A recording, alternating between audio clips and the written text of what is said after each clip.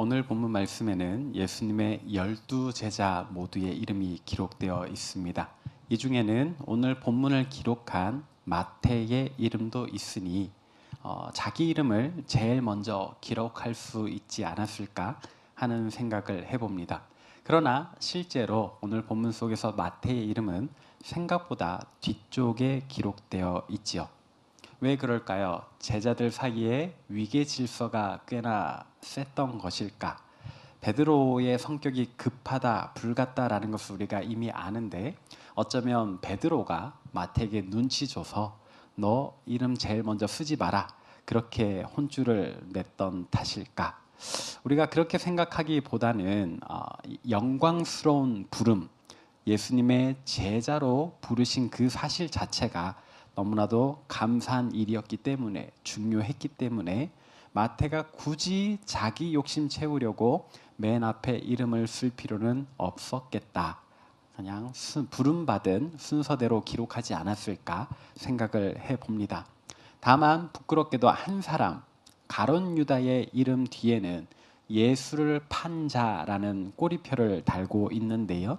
이것은 본문을 쓴 마태가 벌써부터 이 가룟 유다의 예수님 배신을 알았다라기보다는 이미 이걸 기록할 때는 모든 일이 끝나고 마태가 일어났던 일들을 다른 사람들에게 알려주기 위해 시점이 사건이 다 끝나고 예수님의 십자가 죽음과 부활 승천 이후에 마태복음을 썼기 때문에 이미 결과를 알고서 가룟 유다를 생각할 때 떠올랐을 그 안타까움, 아쉬움 혹은 분노, 화남 그런 감정들을 압축해서 이 가룟 유다 이름 뒤에 꼬리표를 달지 않았나 생각을 해봅니다. 어쨌든 오늘 본문에서 중요한 것은 가룟 유다에 대한 이야기가 아니고 이 12제자를 부르실 때에 예수님께서 이들에게 어떤 것을 행하셨는가, 또 그것으로 이루기 원하셨던 그 목적은 무엇인가 하는 것인데요. 오늘 본문 속에서 예수님 12명의 제자를 부르시고 가르치시고 그들 앞에서 이미 많은 기적을 행하셨지 않습니까? 그러면서 이들에게 무엇을 주셨나, 어떤 권능들을 주셨다라고 돼 있어요. 예수님 12명의 제자들이 예수님께로부터 받았던 그 권능은 어떤 것인지 오늘 본문 중 마태복음 10장 1절 함께 읽어봅시다. 시작. 예수께서 그의 12제자를 부르사 더러운 귀신을 쫓아내며 모든 병과 모든 약한 것을 고치는 권능을 주시니라. 아멘. 예수님 제자들에게 어떤 권능을 주셨다고 합니까? 귀신 쫓아내는 권능을 주셨다. 모든 병과 모든 약한 것, 여기서 말하는 약한 것이란 소아마비라든지 아무튼 정상적인 생활을 하지 못하는 그런 질병이나 그런 영역들의 약함을 이야기를 하는 거예요. 혹은 심리적인 약함도 포함할 수 있겠지요. 아무튼 간에 귀신을 내쫓는다. 그리고 끔찍한 질병, 무거운 질병 걸린 사람들을 고치는 권능을 주셨다라고 합니다. 그런데 예수님의 12제자들의 원래 직업을 생각해 보면 베드로, 안드레, 야고보, 요한은 어부였다라고 해요. 또 마태는 세리였습니다. 그 중에 시몬이라는 사람은 열심당원이라는 별명이 또 있는데 열심당원이랑 뭐 하는 사람들인가? 엄밀히 말하면 로마 국가의 전복을 위하여 중요한 사람들, 예를 들어 빌라도 총독이라든지 로마 군대의 백부장들이라든지 그런 사람들을 암살하기까지 하는 일종의 테러리스트들이었거든요. 그런 사람들 중에 시몬이라는 사람도 예수님 제자로 부르셨어요. 심지어 가룟 유다는 원래 직업이 뭔지는 모르지만 예수님을 팔게 될 그런 사람인데도 불구하고 예수님께서는 그들의 원래 직업을 가리지 않습니다. 12명 모두에게 귀신을 쫓는 권세 혹은 병과 약한 것, 어떤 병이라도 고칠 수 있는 권능을 주셨습니다. 이런 권능을 주셨다, 제자들에게 주셨다는 것은 무슨 의미일까? 원래는 그냥 그냥 일반적인 평범한 인간이었던 사람들, 이 제자들을 갑자기 초능력 가진 히어로로 만들었다. 그런 뜻일까요? 아닐 겁니다. 그럼 성경이 이야기하는 이 권능을 주셨다는 건 무슨 뜻일까? 여러분, 귀신을 내어 쫓는 일, 각종 병과 약한 것을 고치는 일은 원래 누가 하던 사역입니까? 예수님 자신이 하던 사역입니다. 예수님께서 첫 제자를 부르시면서, 아니 사실은 그 이전부터 물을 포도주로 만드시며 자기의 하나님의 아들 되심을 나타내셨고, 귀신을 쫓는다든지 중풍병을 고친다든지 나병, 한센병도 고친다든지, 혹은 죽었던 나인성 과부의 아들, 혹은 회당장 야이로의 딸을 살리기까지 하시는 그런 대단한 사역을 예수님 본인이 하셨거든요. 그리고 이제 자기가 하던 이 사역을 할 수 있는 권능을 제자들에게 주었다. 곧 제자들을 그냥 평범한 인간의 단계에서 벗어나 초능력자로 만드셨다라는 게 아니라, 오늘 본문에 이런 권능을 주셨다라는 의미는 예수님의 사역을 제자들이 이어받을 수 있게 하셨다.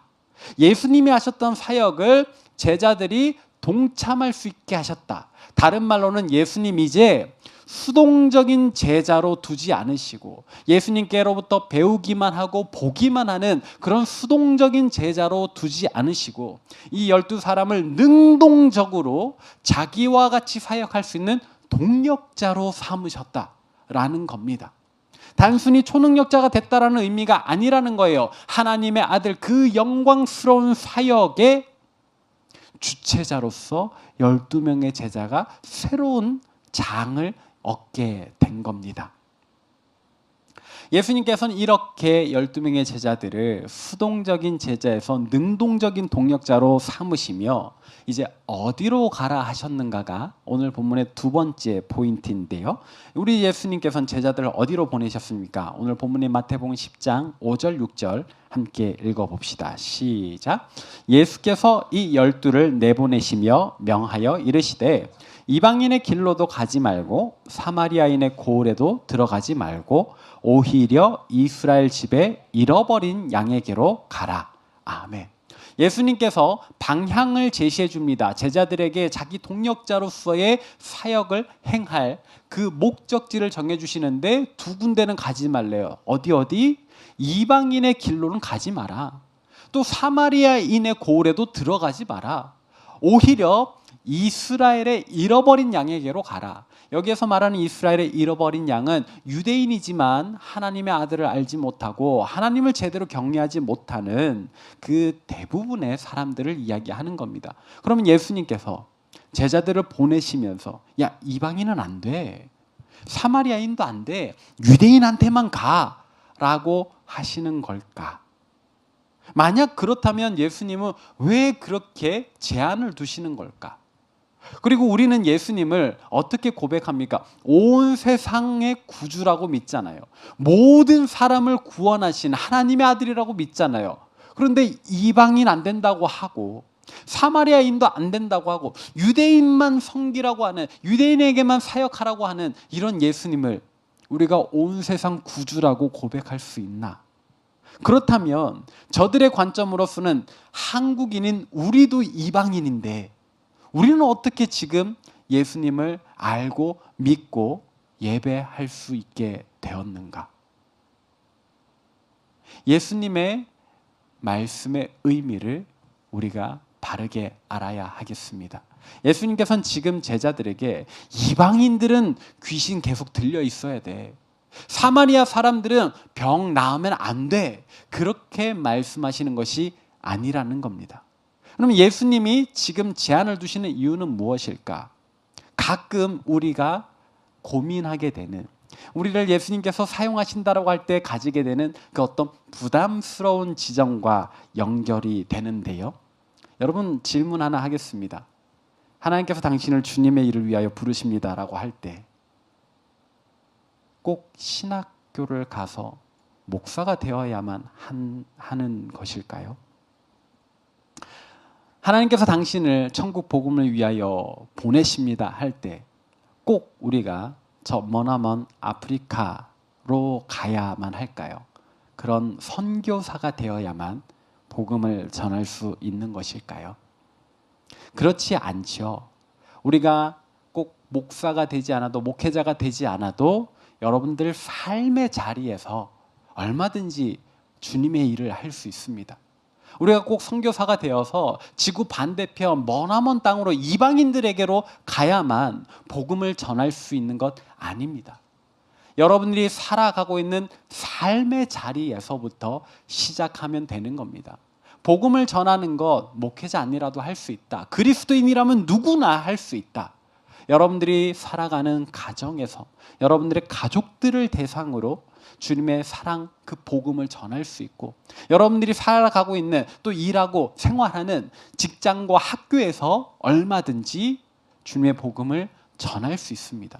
그런데 때론 누군가는 예수님의 제자들조차도 이 놀라운 권능을 받고서 나는 일단 유럽으로 갈래, 자기 주변에 허다하게 있는 하나님을 알지 못한 이 사람들을 내버려 두고 그냥 다짜고짜 저 머나먼 이방인의 길을 찾는다든지, 굳이 멀리 있는 사마리아의 어떤 고을에 들어가겠다든지, 우리로 친다면 마치 그런 거예요.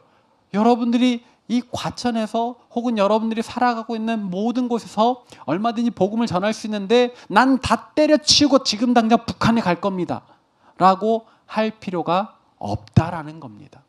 물론 우리 중에 누군가는 그런 특별한 부름을 받을 수도 있어요. 꼭 이 순서가 내 주변 다 구원하고 나서 멀리 가야 된다 이런 건 아니지만, 우리 중에 몇몇은 특별히 다른 나라, 다른 대륙에 가서 복음을 전할 수도 있겠지요. 그러나 우리 중 대부분은 우리가 살아가는 삶의 자리에서 먼저 그리스도의 복음을 전하며 제자로서, 주님의 동역자로서의 삶을 살아야 한다. 결국 이방인의 길로 가지 마라, 사마리아 고을에 가지 마라, 오히려 이스라엘의 잃어버린 양에게로 가라 하시는 주님의 말씀은 괜히 헛바람 들이키지 말고 너 살아가는 삶의 자리에서부터 시작해라 라는 말씀으로 믿으시면 좋겠습니다. 단정적으로 말씀드립니다. 하나님께서는 여러분들 모두를 목사 삼으실 생각은 추호도 없으십니다. 혹 누군가는 될 수도 있겠지만 그건 특별한 몇 사람에게 따로 감동을 주실 겁니다. 그런 특별한 부름 받은 뒤에야 복음 전하리 하는 생각도 내려놓으시고, 지금 내가 살아가는 삶의 자리에서 오늘부터 내 주변 사람들에게 주님의 복음 전하겠다, 주님 주신 권능을 행하며 살겠다 다짐하시길 바랍니다. 이것을 기억할 수 있는 좋은 한 캐치프레이즈가 있어서 여러분들에게 소개하려고 합니다. 제가 예전에 사역했던 교회 표어인데요. 따라해 보실까요? 삶의 현장을 하나님 나라로. 삶의 현장을 하나님 나라로. 여러분들의 삶의 현장을 하나님 나라로 바꾸시는 것이 우리 주님께서 가장 먼저 원하시는 겁니다. 그렇게 내 주변 사람들에게 내가 살아가는 삶의 현장을 하나님 나라로 가꾸다 보면 어느 날 하나님께서 여러분들을 특별히 목회자로 부르시거나 선교사로 부르시거나, 안 그러실 수도 있어요. 그러면 그냥 늘 하던 대로 삶의 현장을 하나님 나라로 바꾸어 가시면 됩니다. 그렇다고 해서 이 예수님의 명령을 우리가 잘 이해해야 되겠지요. 우리 삶의 현장에서 우리 주변 사람들에게만 복음을 전해야지 한다면 당장 이번 주 토요일에 떠나는 필리핀 해외 봉사도 무언가 주님 명령과 안 맞는 것 같지 않습니까? 또 그렇게 볼 필요는 없어요. 우리 삶의 자리에 찾아온 특별한 기회다. 이때에는 마음에 감동이 있는 분들은 이렇게 자원하시고 준비하셔서 선교를 다녀오면 되는 겁니다. 그런가 하면 꼭 이렇게 우리가 외국을 가야 할까? 그렇지 않죠. 우리 삶의 현장에 들어와 있는 또 이방인들이 있잖아요. 그래서 우리가 지난 홀리 모닝으로 이렇게 우리 주변에 있는 다문화 가정들을 찾아가서 만났거든요. 역시 우리 삶의 현장에서 우리가 행할 수 있는 좋은 사역들입니다. 이렇게 우리는 우리에게 주어지는 삶의 현장에서 우리에게 주어지는 일상 혹은 특별한 기회로 우리 주님 복음을 전하는 그런 주님의 동역자로 살기를 바랍니다. 자, 이제 제가 또 하나의 질문 드릴 겁니다. 아주 원론적인, 어쩌면 가장 중요한 질문인데요. 예수님께서는 제자들에게 이런 권능을 왜 주셨을까요? 이게 중요합니다. 귀신을 내어 쫓고 병을 고치는 권세를 주셨어요. 그러면 이제 아하, 나 병 고칠 수 있게 됐구나. 병원 차려야지 할 건가요? 예수님께서 그렇게 우리의 어떤 경제적인 이익이나 우리의 어떤 사회적 높아짐을 위해서 이런 권능을 주시는 것일까요? 아닙니다. 그럼 예수님께서 우리에게 이와 같은 권능을, 제자들에게 그와 같은 권능을 주신 이유가 무엇일까? 오늘 본문 마태복음 10장 7절 함께 읽어봅시다. 시작. 가면서 전파하여 말하되 천국이 가까이 왔다 하고. 이게 중요합니다. 가면서, 이스라엘의 잃어버린 양들에게로 가면서, 주님의 복음을 전하러 가면서, 이 권능을 행하면서 뭘 선포하라고요? 천국이 가까이 왔다. 하나님 나라가 우리에게 가까이 왔다. 복음을 전하라고 하시는 겁니다. 복음을 전하라고. 오로지 그 한 가지 목적을 위해서 주님께서 제자들에게 이런 권능을 주셨다. 이제 우리의 이야기를 할 차례가 되었습니다. 본문 속에 예수님 12제자들에게 귀신 내어 쫓는 권능, 모든 각종 병과 약한 것을 고치는 권능을 주셨는데, 오늘 우리에게, 여러분에겐 우리 주님께서 어떤 권능을 주셨을까요? 이때 말하는 권능이란 꼭 이 귀신을 쫓는다, 병을 고친다, 혹은 방언을 한다, 예언을 한다 같은 초능력적인 권능이 아니어도 괜찮습니다. 여러분들에게 주신 기질과 장점과 장기가 다 하나님 우리에게 주신 권능입니다. 그렇게 본다면 여러분들의 장점, 하나님 주신 권능인데 여러분들에게 어떤 장점을 주셨습니까? 특히 이 장점을 이야기할 때는 성품까지도 포함하는 거예요. 나는 온유한 마음이 내 장점이야. 괜찮습니다. 하나님 주신 권능입니다. 나는 적극적인 자세가 있어. 예, 하나님 주신 권능입니다. 나는 건강해. 나는 며칠 잠을 자지 않아도 괜찮아. 체력이 만빵이야. 하나님 주신 권능입니다. 할 수 있는 일이 많을 겁니다. 그렇게 본다면 우리 모두가 적어도 한 가지 이상은 잘하는 것이 있을 겁니다. 근데 이때 여러분 중요한 게 있어요. 내 장점, 하나님 나에게 주신 권능을 생각할 때 남과 비교할 필요는 전혀 없습니다. 그냥 내 안에서 생각해 보는 겁니다. 내가 초등학교 때 여러 가지 과목들을 배우는데 그 중에서 나는 뭘 좋아했지 생각해 보십시오. 저는 어려서부터 수학을 좋아했습니다. 미술은 제 성품에 좀 맞지 않았어요. 성적이 나빴어요. 수학은 제가 좋아했어요. 꼭 성적이 좋았다라는 것보다는 그냥 수학 시간이 기다려지고 그랬어요. 그렇게 본다면 저의 성품과 저의 기질과 저의 장점은 좀 더 수학적인 영역에 맞춰져 있는 것 같아요. 심미적인 것보다는. 그렇게 판단하는 겁니다. 내가 뭘 좋아했지, 뭘 할 때 시간 가는 줄 모르고 집중해서 달려들었지, 이런 것들요. 그렇게 내 안에서 나의 장점을 찾아가 보는 것이 중요하다. 제가 얼마 전에도 말씀드렸잖아요. 우리 각자가 다 쓰일 때가 있습니다. 특출한 한 명이 할 수 있는 일은 대단할 수는 있어도 굉장히 제한적이에요. 오히려 여럿이 있을 때, 그 한 사람보다 능력치가 낮아도 여러 명이 있을 때 할 수 있는 일이 더 많다. 나는 손이 빨라, 안 보이게 막 할 수 있어 하는 사람이, 그 사람 손이 아무리 빨라도요, 오늘 같이 식당 봉사를 한다 할 때 그 사람이 몇 개의 접시를 설거지를 할 수 있겠어요? 혼자서 하는 것보다 10명, 20명, 30명이 하는 게 훨씬 더 빨리, 훨씬 더 많은 일을 할 수 있습니다. 그러니까 남과 비교할 필요 없어요. 배식을 아무리 칼같이 정확히 하는 사람이라도요, 그 혼자서 배식할 때 오늘같이 몰려오는 1000명을 먹일 수 있을까? 없습니다. 각자가 정해진 구역 안에서 적어도 5명, 6명, 오늘 10명이 배식에 참여를 했잖아요.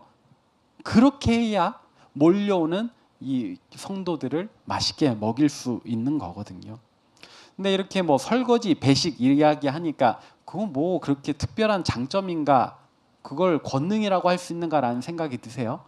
그러면 우리 모두의 평생의 숙제인 영어를 한번 이야기해 볼까요? 이번에 필리핀 해외봉사팀 3기에 가면 영어를 해야 됩니다. 그러면 우리 필리핀 해외봉사팀 3기 인원이 21명인데 이 중에 누가 영어를 제일 잘할까요?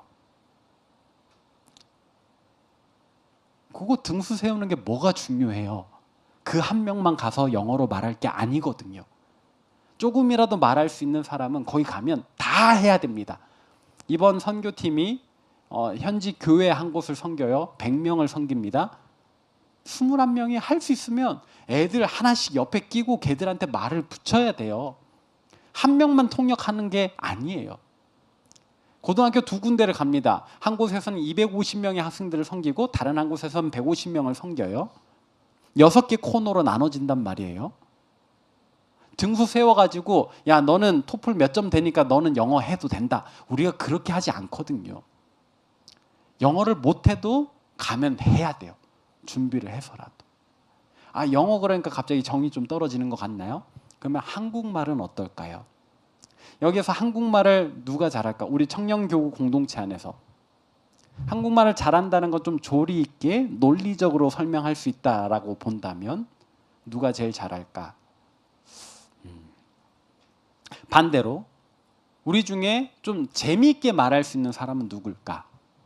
사실 그런 이야기를, 그런 등수를 세우는 게 뭐가 중요해요? 우리가 구역 모임할 때 너는 말 조리 있게 잘하니까 너만 오늘 이야기해라. 너는 좀 재밌게 말할 수 있으니까 오늘 구역 모임에서 너 혼자 이야기하는 거다. 그러겠어요? 아니잖아요. 각자가 자기 삶의 경험치, 한 주간에 있었던 재밌는 일, 즐거운 일, 은혜로운 일, 속상한 일 누구라도 이야기할 수 있죠. 그리고 누구라도 이야기를 해야 우리 구역 모임이 더 풍성해지고 유쾌하고 행복한 시간이 되는 거죠. 남과 비교할 필요 없다. 내 안에서 내가 재밌어하는 일, 그게 곧 주님께서 나에게 주신 재능이다, 권능이다 생각하고 하시면 됩니다. 그렇게 본다면 결국 주님의 권능을 이야기할 때는 내 마음가짐이 중요한 것 같아요. 나는 무슨 사역을 하고 싶지?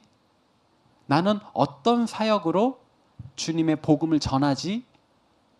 고민하고 자원하는 마음이 더 중요한 것 같아요. 진짜 실력 여부를 떠나서. 우리 작년 여름에 우리 1청년부가 감당했던 남원 아모니치 예를 들어볼까요? 그때 벽화를 그려주는 사역을 했습니다.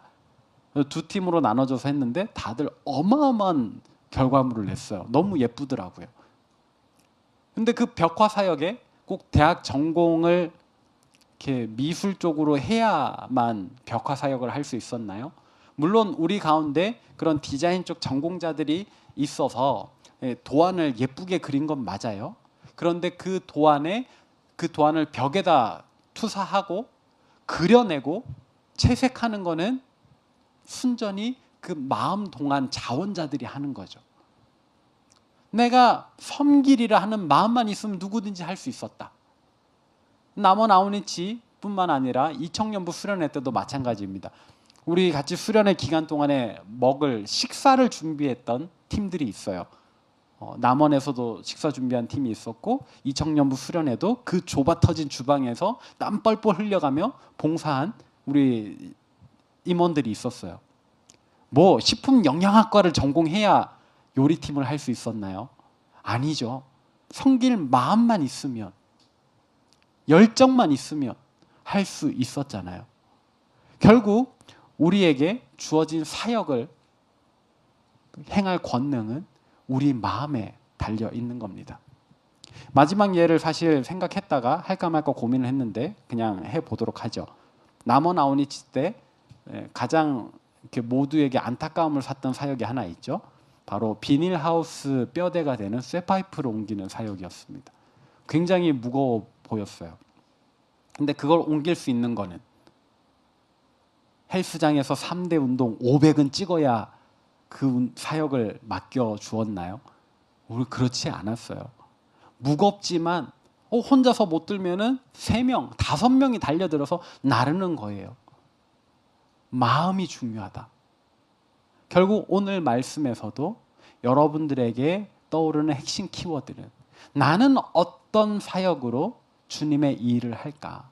나는 어떤 일들로 천국 복음을 전할까? 그 마음을 확인하는 겁니다.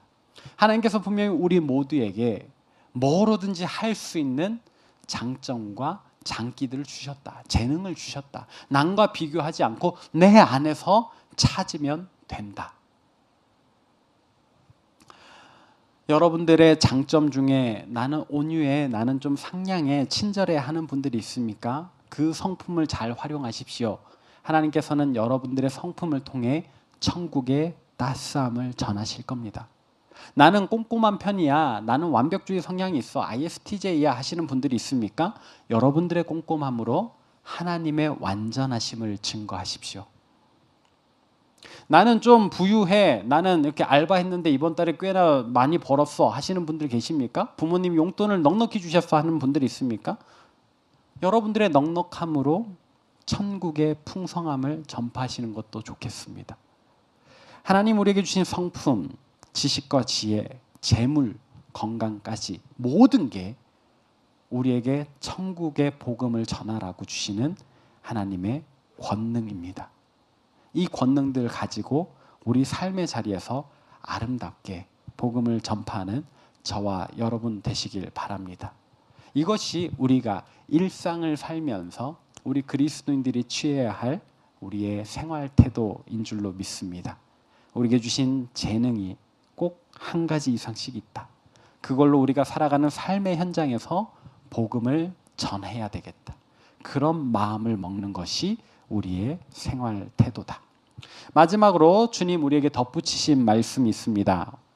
오늘 본문 마지막 절인데요. 마태복음 10장 8절 함께 읽어봅시다. 시작. 병든 자를 고치며 죽은 자를 살리며 나병 환자를 깨끗하게 하며 귀신을 쫓아내되 너희가 거저 받았으니 거저 주라. 아멘.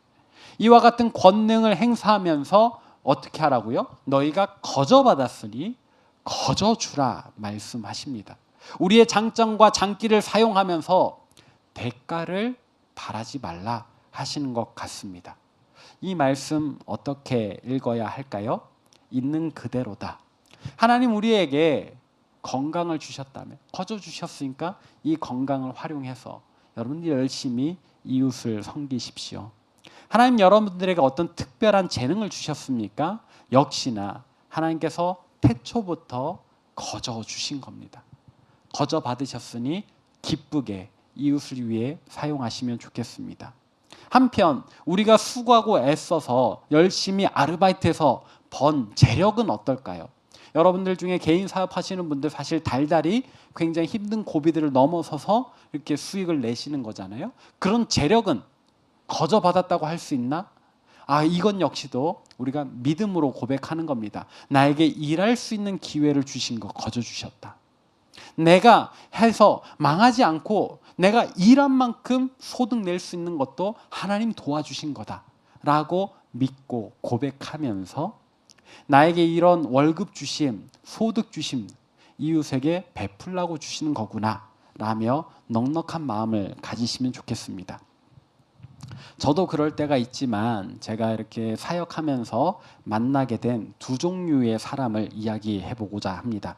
한쪽은 충분히 여건이 되는데도 수고하고 섬기는데 인색한 사람들이 있었습니다.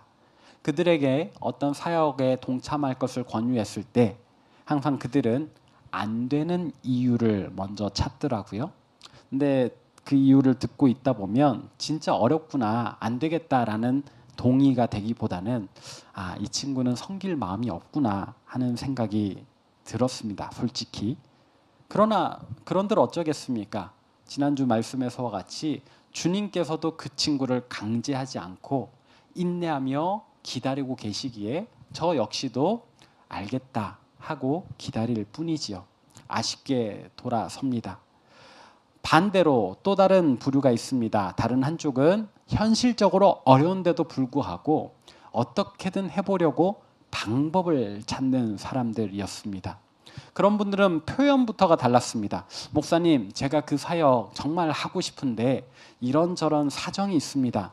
혹시 전체가 아니라 일부분이라도 제가 할 수 있는 방법이 있을까요? 아니면 제가 다른 모양으로 섬길 수 있는 그 다른 대안이 있을까요? 라고 저한테 물어보는 겁니다.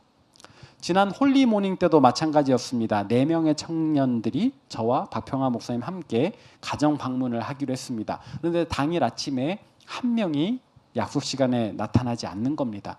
전화해서 어디쯤 왔니 물어봤더니 시간을 잘못 알아서 아직 출발을 못했다라고 하더라고요. 근데 제가 그 친구 집을, 그 청년 집을 아니까 생각해 보니 이게 좀 안 맞을 것 같아요. 우리가 기다리기 어려워요. 그래서 제가 이야기를 했습니다. 그래, 그랬구나. 오늘 추우니까 집에서 쉴래? 오지 말라는 뜻이죠. 그런데 그 친구, 그 청년의 대답이 저를 때렸습니다. 목사님, 첫 번째 갈 집 주소를 알려주시면 제가 지금 택시 타고라도 가겠습니다. 아니야, 안 그래도 돼. 괜찮아. 우리끼리 가도 돼. 아니요, 목사님. 제가 약속했으니까 꼭 같이 가고 싶습니다. 그래서 제가 주소를 보내줬어요. 저희 팀보다 빨리 도착해 있었어요. 아파트 입구에서 저희 차를 기다리고 있다가 저희가 오니까 경비실 쫓아가서 문 열어달라고.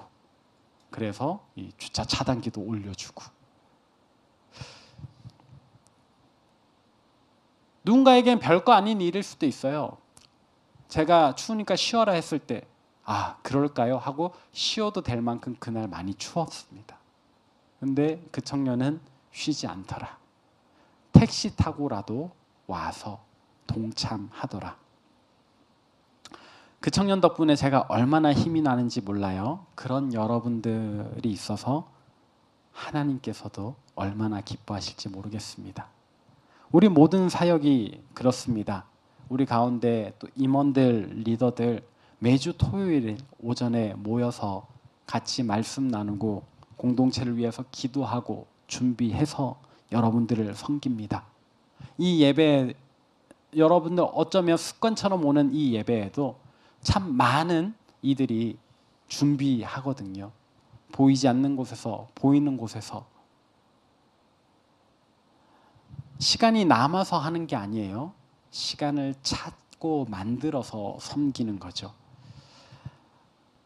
추운 곳에서 더울 때에도 저 문 밖에서 여러분들을 맞이하는 새가족부와 안내팀이 있습니다. 보이지 않는 곳에서 수고하는 방송팀 있죠. 또 몇 시간째 목을 풀고 준비하는 히스필풀과 기도원이 있습니다. 여러분들이 있어서 이 예배가 이렇게 은혜 넘치는 시간이지 않을까 합니다. 수고하고 애쓰시는 여러분들 고맙습니다. 또 그들의 수고를 누리는 여러분들 함께 고마워하시면 좋겠고, 괜찮으시다면 여러분들도 방법을 찾아서 우리 공동체 내에서 이런저런 사역으로 함께 하시면 어떨까요? 무엇보다 올해까지 3년으로 하는 이 필리핀 해외 봉사 마찬가지입니다. 자원해서 저 머나먼 땅에 함께 가주시는 여러분들이 있기에 할 수 있는 사역이라 생각합니다. 또 그 몇 사람만의 힘이 아닙니다. 기도해 주시고 후원해 주시고 또 식당 봉사를 함께 해주시는 우리 모든 청년들이 있어서 이 사역이 가능하다 믿습니다. 무엇보다 매년 약 1,000만 원의 재정이 부족한데 한 번도 부족함 없이 다녀올 수 있었거든요. 우리 장년 성도들의 후원이 있었기에 그 필리핀의 딸락과 마못 지역이 매년 눈에 박히게 변화됩니다. 감사합니다. 이런 공동체를 섬길 수 있어서 제가 얼마나 복받은 사역자인지 모르겠습니다. 하나님께 감사함으로 이 2025년을 시작합니다. 이런 아름다운 이야기, 우리 안에 있는 이 복된 이야기 하자면 끝도 없이 할 수 있겠죠. 그러니 우리 지금처럼 아니 지금보다 더 우리 일상 속에서 우리에게 거저 주신 은혜들, 능력들, 장기들 가지고 조금 더 넉넉하게 안 되는 이유를 찾기보다 할 수 있는 방법을 찾으며 천국 복음 전하는 데 힘쓴다면 우리가 할 수 있는 일이 얼마나 많겠습니까? 계속해서 우리의 마음 모으고 힘을 합쳐 온 세계 열방에 이르기까지 천국 복음 전하는 저와 여러분 되시기를 바랍니다.